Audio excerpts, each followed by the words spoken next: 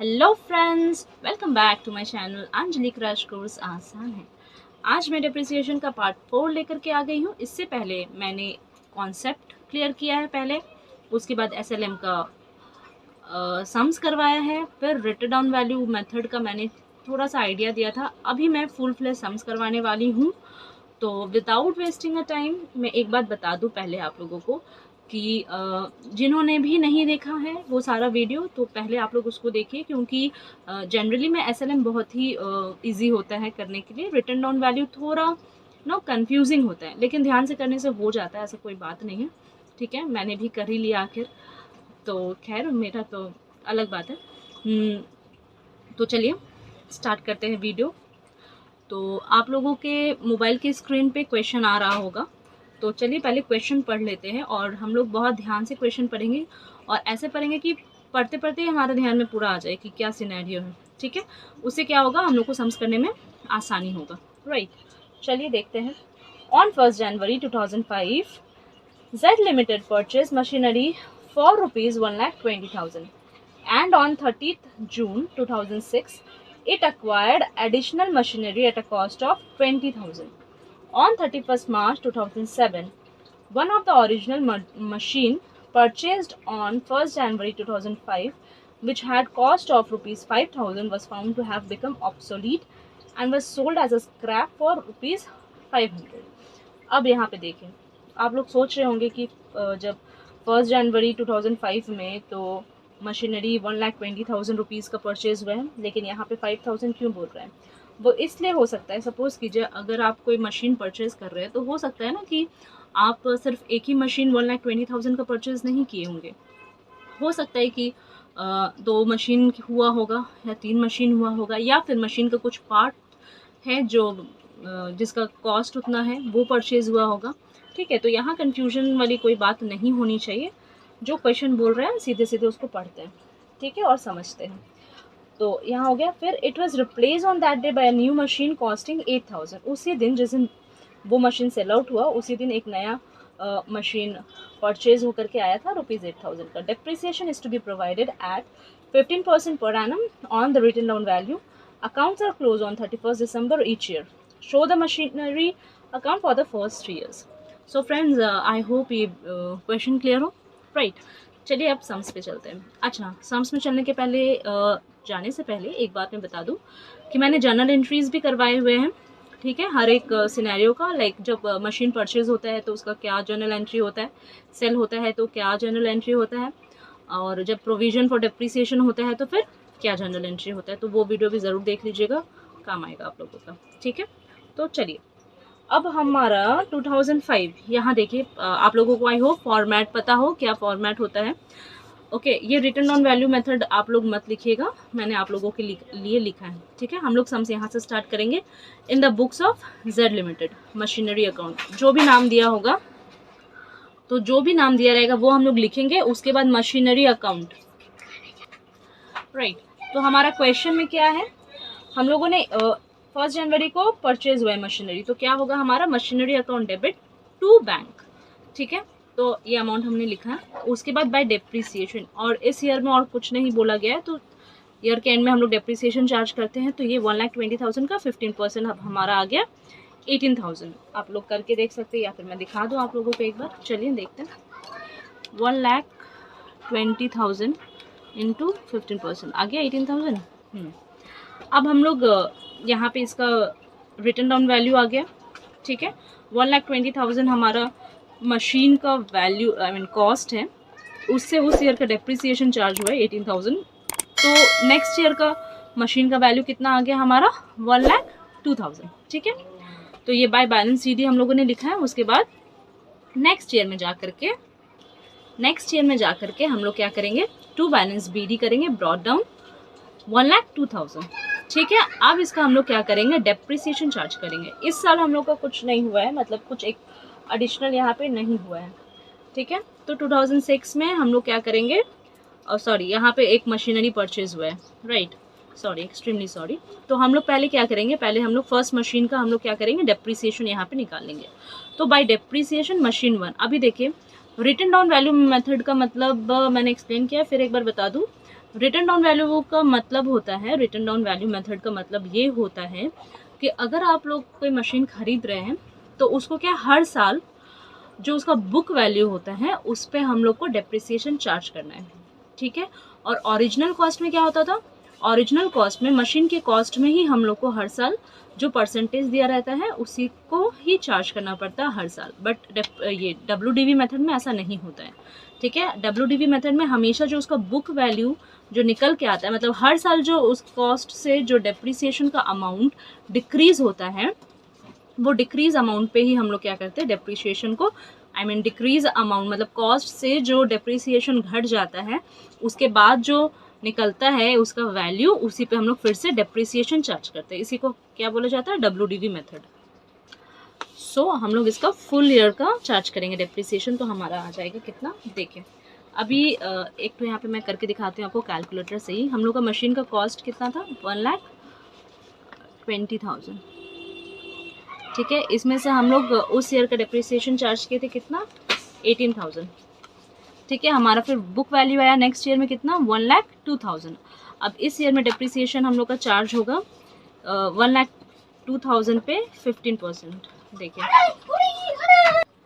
और फिर जून 30 को क्या हुआ है, एक नया मशीनरी परचेज हुआ है ₹20,000, ठीक है। मशीन को आइडेंटिफाई करने के लिए M1 M2 हम लोग लिख सकते हैं, नहीं तो कन्फ्यूजन होता है बेसिकली, इसीलिए, ठीक है। और कोई इसका रीज़न नहीं है। अगर आप लोगों को कन्फ्यूजन नहीं हो रहा है तो अलग बात है, लेकिन लिखना इज़ बेटर, राइट। अब यहाँ पे देखिए जून में हम लोगों ने खरीदा है मशीन, ठीक है। तो जून से अगर दिसंबर हम लोग का अकाउंटिंग ईयर है दिसंबर तक, तो जून से दिसंबर कितना होता है, 6 मंथ होता है, ठीक है। तो 6 मंथ का यहाँ पे डेप्रिसिएशन चार्ज होगा।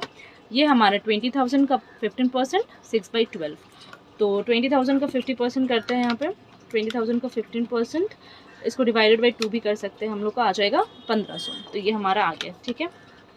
अब यहाँ हम लोग कर लेंगे यहाँ पे बैलेंस BD/CD कर लेंगे, ठीक है। ये तो पता ही है आप लोगों को कैसे किया जाता है, फिर भी एक बार बता दूँ, चलिए देखिए। यहाँ पे 1,02,000 प्लस 20,000, इज़न्ट इट, यस।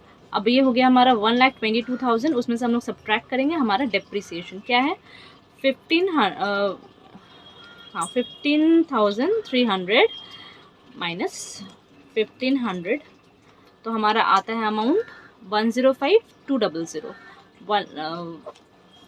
ठीक है। तो ये हमारा आ गया बैलेंस CD,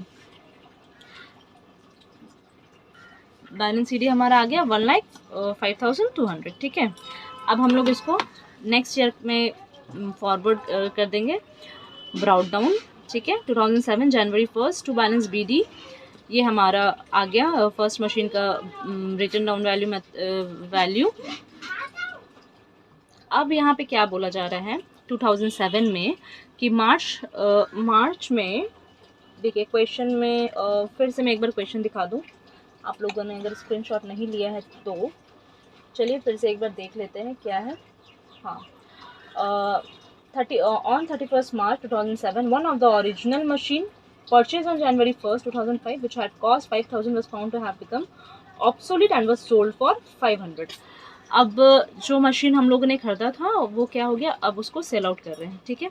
तो ये WN1 आप लोग देख रहे होंगे। डेप्रिसिएशन निकालने के पहले जब हम लोग एक्चुअल यहाँ पे कैलकुलेशन करते हैं तो उसके पहले हम लोग को वर्किंग नोट करना बहुत ही ज़रूरी होता है, ठीक है। अब ये डेप्रिसिएशन कैसे आया, क्या आया, मैं बता रही हूँ, वेट। ये देखिए, ये हमारा calculations of depreciation of machine 1। First हम लोग डेप्रिसिएशन ही निकालते हैं, ठीक है। Cost of machinery on 1 Jan 2005, 5,000। हालांकि वहाँ पे 1,20,000 दिया है, बट यहाँ पे क्या बोला क्वेश्चन में कि यहाँ पे बोला गया है कि विच हैड कॉस्ट ऑफ 5,000, मतलब कि जनवरी में ही मशीन खरीदा था जिसका कॉस्ट था 5,000, उसको बिक्री किया जा रहा है, तो उसका कॉस्ट ऑफ मशीन क्या है, 5,000। अब उस साल का हम लोग डेप्रिसिएशन निकालेंगे तो क्या होगा, हमारा 5,000 का 15% आ जाता है 750, ठीक है। अब उसका रिटन डाउन वैल्यू आ गया या बुक वैल्यू आ गया हमारा 4,250। अच्छा, इस तरह से लिख लीजिएगा, इससे क्या होता है ना, सुविधा हो जाता है पहचानने में, ठीक है। बहुत ही इजीली आप लोग फिर यहाँ वर्किंग नोट से डायरेक्ट वहाँ पे कर सकते हैं, दिक्कत नहीं होगा, वरना फिर प्रॉब्लम होता है, ठीक है। तो अच्छा है कि देखिए इस तरह से आप लोग अगर करते हैं ना एग्ज़ाम में भी, तो ये क्या है, प्रेजेंटेबल है, और इससे क्या होगा, मार्क्स भी इंक्रीज़ होता है, प्रॉब्लम नहीं होता बेसिकली सम्स करने में या फिर एग्जामिनर को चेक भी करने में प्रॉब्लम नहीं होता, आराम से आप लोगों को अच्छे मार्क्स मिल जाएंगे, राइट। चलिए, बुक वैल्यू ऑन 1 जनवरी 2006 हमारा आ गया 4250। अब हम लोग लेस करते हैं डेप्रिसिएशन फॉर 2006। अब ये जो हमारा बुक वैल्यू है ना, इसी पे हम लोग 15% चार्ज करेंगे, तो हमारा आ जाएगा 638। फिर इसको इससे सब्ट्रैक्ट करते हैं, सब्ट्रैक्ट करके हमारा 2007 का बुक वैल्यू कितना आ रहा है यहाँ पे 3612। अब यहाँ पे लेस डेप्रिसिएशन अप टू 31 मार्च तक ही हम लोग डेप्रिसिएशन निकालेंगे, क्योंकि 31 मार्च को ये मशीन क्या हो जा रहा है, सेल हो जा रहा है, स्क्रैप में बिक्री हो रहा है, कहीं भी हो जा रहा है, सेल तो हो रहा है हमारे पास, और ये मशीन नहीं है, तो जब तक है तब तक का हम लोग डेप्रिसिएशन निकाल लेंगे, ठीक है। तो यहाँ पे देखिए 3612 इंटू 3/2 3 मंथ्स के लिए है, ठीक है, इंटू 15%, तो ये हमारा निकल गया 135। अब इसका बुक वैल्यू आ गया अप टू 31 मार्च 3477। तो ये जो है ना यहाँ पे बाय डेप्रिसिएशन, देखिए मशीन 1 मैंने यहाँ लिख दिया, वर्किंग नोट। अच्छा, अब जब आप कहीं भी वर्किंग नोट बना रहे हैं किसी पर्टिकुलर यहाँ पे ट्रांजैक्शन के लिए, तो वहाँ पे आप लोग लिख दीजिएगा वर्किंग नोट 1 करके, ठीक है। ये इस तरह से लिखना होता है, वरना मार्क्स कटते हैं, एकदम ध्यान से, हाँ मार्क्स कटेंगे अगर आप लोग नहीं लिखेंगे तो, प्रॉपर्ली मेंटेन नहीं करेंगे तो। ये आ गया हमारा 135, ठीक है। उसके बाद सेल हुआ है बाय सेल्स अकाउंट 500 में, ठीक है, 500 हम लोग अमाउंट लिख दिया। अब हम लोग को कैसे पता चलेगा कि प्रॉफिट हुआ है कि लॉस हुआ है, बेसिकली समझ में आ रहा है, लेकिन हम लोग यहाँ पे निकालेंगे, हम लोग को निकालना पड़ेगा कि प्रॉफिट हुआ है सेल आउट करने पे या फिर लॉस हुआ है, ठीक है। देखिए, calculation on loss of sale of machine 1। Book value अभी हम लोगों ने निकाला था up to 31 March 3477। Sale proceed हमारा कितना है 500, तो अमाउंट कितना बचा 2977, ठीक है। अब इसका वैल्यू हमारा इतना था, और हमारा कितना लॉस हुआ हम लोग का 2977। देखिए, एक्चुअल कॉस्ट ऑफ मशीन कितना था 5000 था, लेकिन हम लोग को जो मिल रहा है कितना हम लोगों को मिला है 500 मिला है, तो कितना लॉस हुआ हमारा 2977। तो रिटर्न ऑन वैल्यू मेथड में थोड़ा सा अगर आप 5000 से 500 माइनस करेंगे तो वो डिफरेंट आ जाएगा, लेकिन हम लोग को क्या करना है, डेप्रीसिएशन हम लोग चार्ज कर के यहाँ पे उसको सब्ट्रैक्ट किए, तो हमारा आ गया यहाँ पे लॉस हमारा आ गया इतना 2977, ठीक है। तो यहाँ पे हम लोग लिख देंगे by profit and loss account working note number 2 2977, ठीक है। अब क्या होगा, अब हम लोग डेप्रिसिएशन फिर से चार्ज करेंगे। किसका डेप्रिसिएशन चार्ज करेंगे, देखिए एक मशीनरी फिर से उसी दिन हम लोगों ने ख़रीदा है, ठीक है, तो टू बैंक अकाउंट 8000, इसको हम लोग मशीनरी 3 भी लिख सकते हैं, M3 मैंने यहाँ नहीं लिखा, मिस आउट हो गया, आप लोग लिख दीजिएगा प्लीज़, इट्स अ रिक्वेस्ट, ठीक है। अब हम लोग देखते हैं डेप्रिसिएशन हम लोग यहाँ पे कैसे कैलकुलेट कर रहे हैं। तो आइए हमारा वर्किंग नोट नंबर 3 ये रहा, calculation of depreciation after sale. Book value of machinery, देखिए 1 जनवरी 2007 में बुक वैल्यू कितना था 1,05,200। अब ये कहाँ से आया यार, यहाँ पे है, देखिए मैं बता दूँ, देखिए मशीन 1 का ये है ना, ये बुक वैल्यू उसको बोलते हैं, तो ये कितना है 1,05,200। अब इससे हम लोग क्या करेंगे, इससे book value of machinery sold, अब जितना सोल्ड हुआ है 1 जनवरी को उतना हम लोग क्या करेंगे इसमें, देखिए मैं फिर से एक बार एक्सप्लेन कर दूँ, इसको ध्यान से समझिएगा, ठीक है। ये बुक वैल्यू ऑफ मशीनरी 1 जनवरी 2007 ये टोटल मशीनरी का बुक वैल्यू है, ठीक है। और यहाँ पे book value of machinery sold, ये जो मशीनरी 2007 का जो सोल्ड हुआ है उसका बुक वैल्यू है, ठीक है। तो ये बुक वैल्यू से ये बुक वैल्यू हम लोग माइनस करके हमारा रिमेनिंग मशीनरी इतना बचा, ठीक है। अब ये रिमेनिंग मशीनरी के ऊपर हम लोग क्या करेंगे, डेप्रिसिएशन चार्ज करेंगे, तो ये इसका हम लोग 15% करेंगे, तो हमारा आ जाएगा 15,238। अब एक दूसरा मशीनरी भी हम लोगों ने खरीदा है उसी दिन मार्च में, ठीक है, तो 8,000 का 15%, लेकिन यहाँ पे 9 महीने के लिए होगा, क्योंकि मार्च में तो ही खरीदे थे हम लोग, ठीक है। मार्च के बाद से अगर अप्रैल से आप लोग दिसंबर तक काउंट करेंगे तो 9 महीना होता है, ठीक है। तो ये हमारा 900, तो इसको अगर हम लोग जॉट डाउन करेंगे, ऐड करेंगे, तो हमारा आ जाएगा 16,138। तो ये हमारा डेप्रिसिएशन निकल गया मशीनरी का। राइट। उसके बाद ये हमारा आ जाता है ईयर एंड में बाय बैलेंस CD इतना अमाउंट। तो आई होप अब ये कैलकुलेशन मुझे करने की ज़रूरत नहीं है, आप लोग आराम से कर लोगे। और वहाँ पे फिर टू बैलेंस,